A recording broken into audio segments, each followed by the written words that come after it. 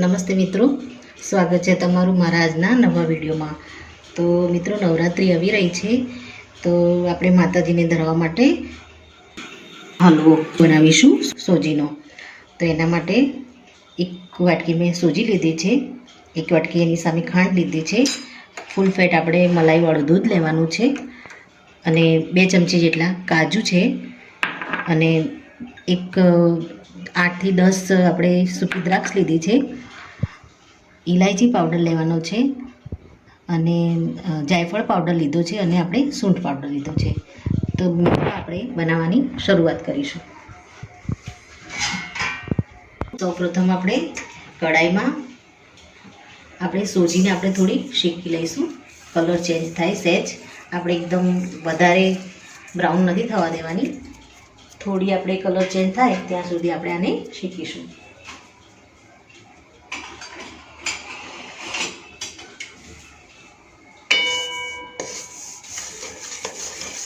ગેસને આપણે થોડી વાર માટે ફૂલ રાખીશું, ત્યારબાદ આપણે એને ધીમો કરી દઈશું, જેથી કરીને આપણે સોજીમાં જે મોઇશ્ચરાઇઝર હોય એ એકદમ નીકળી જાય અને સોજી આપણી એકદમ ક્રિસ્પી થઈ જાય અને એનો થોડો કલર પણ ચેન્જ થઈ જાય।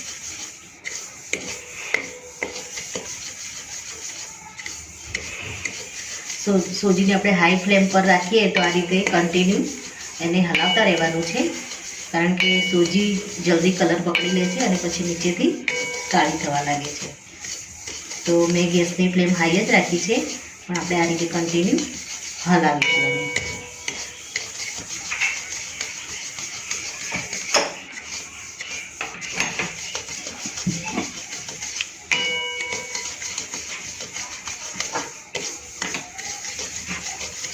મિત્રો, સોજી આપણી શેકાવાની સ્મેલ આવી રહી છે,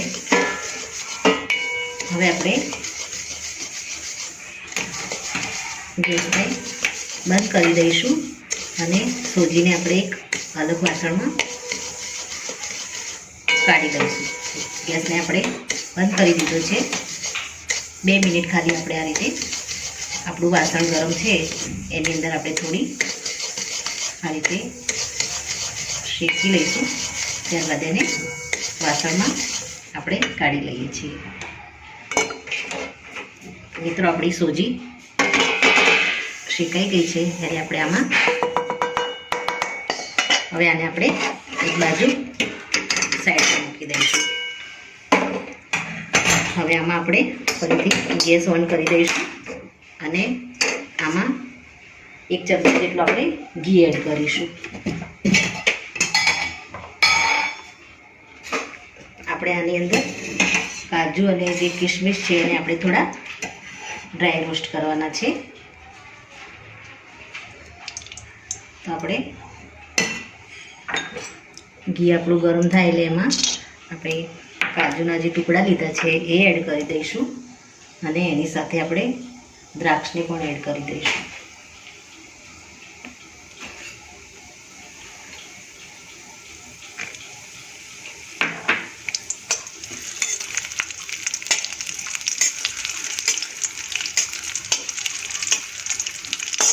આને આપણે થોડી વાર શેકાવા દઈશું, પછી આને પણ આપણે નીકાળી દઈશું। મિત્રો, ગેસને આપણે બંધ કરી દઈશું અને આને પણ આપણે અલગ। મિત્રો, આપણે ફરીથી આપણે એ કઢાઈમાં થોડું ઘી એડ કરી દઈશું અને ગેસને ઓન કરી દઈશું। તો મિત્રો, આપણે એ જ કઢાઈમાં 1 ચમચી ફરીથી ઘી એડ કરીશું, અને આપણે 1 વાટકી ખાંડ લીધી છે એને આપણે આની અંદર એડ કરી દઈશું, અને આને પણ આપણે કન્ટિન્યુ હલાવીશું, જેથી કરીને આનો ઘીમાં એકદમ આપણી ખાંડ ભળી જાય। ગેસને આપણે હાઈ ફ્લેમ જ રાખીશું અને આપણે આવી રીતે કન્ટિન્યુ આને હલાવીશું।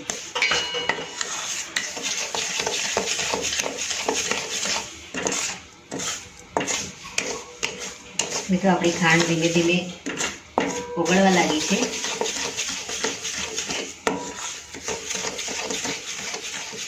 મિત્રો આપણી ખાંડ ઓગળી ગઈ છે. આપણે ગેસને ધીમો જ રાખ્યો છે.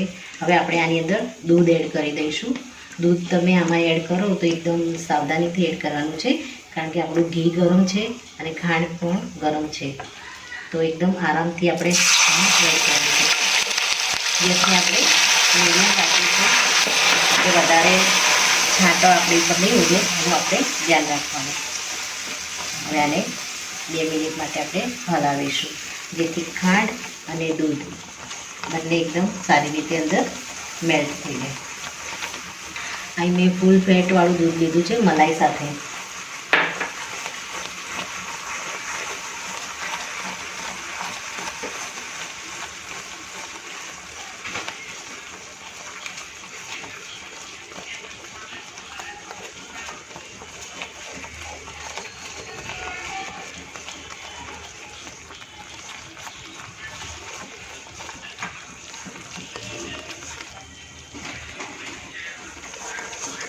મિત્રો આમાં આપણે 1 ચમચી બેસનનો પણ ઉપયોગ કરીશું, એને પણ આપણે આમાં એડ કરી દઈશું.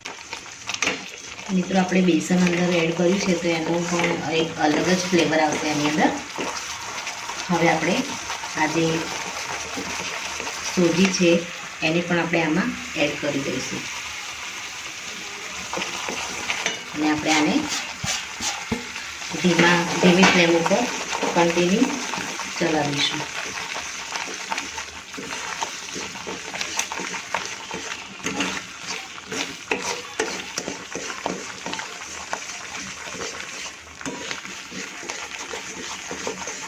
આમાં આપણે ઉપરથી ઘી એડ કરવું હોય તો કરી શકીએ છીએ.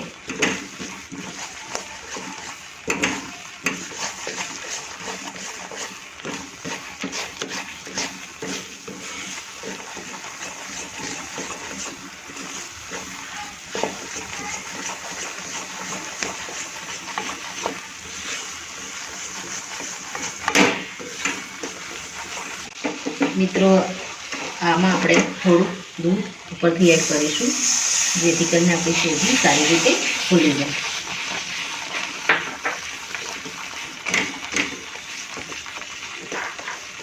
હવે આપણે ઇલાયચી પાવડર એડ કરી દઈશું, સૂંઠ પાવડર એડ કરી દઈશું અને જાયફળ પાવડર એને પણ આમાં એડ કરી દઈશું. બરાબર આપણે મિક્સ કરી દઈશું.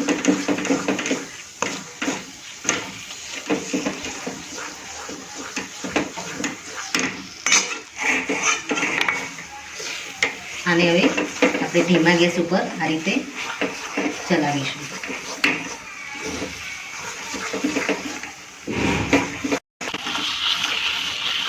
મિત્રો આપણા સૂજીના હલવામાં ઘી છૂટું પડી ગયું છે. હવે આપણે ઉપરથી જે ડ્રાયફ્રૂટ ફ્રાય કરીને રાખ્યા છે એને પણ આપણે આમાં એડ કરી દઈશું અને આપણે ગેસને બંધ કરી દઈશું. તો આપણો સૂજીનો હલવો પ્રસાદ માટે તૈયાર છે. આને આપણે સર્વ કરી લઈશું.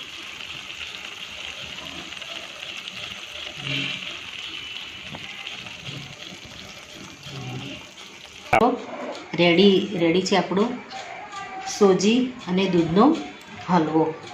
તો મિત્રો મારો આ વિડીયો અહીંયા પૂરો થાય છે. જો તમને વિડીયો ગમ્યો હોય તો લાઈક કરો, શેર કરજો અને તમારી ચેનલ દેશી સ્પૂનને સબસ્ક્રાઈબ જરૂરથી કરજો અને કમેન્ટમાં જરૂરથી લખજો કે આ પ્રસાદની રેસીપી તમને કેવી લાગી. થેન્ક યુ મિત્રો.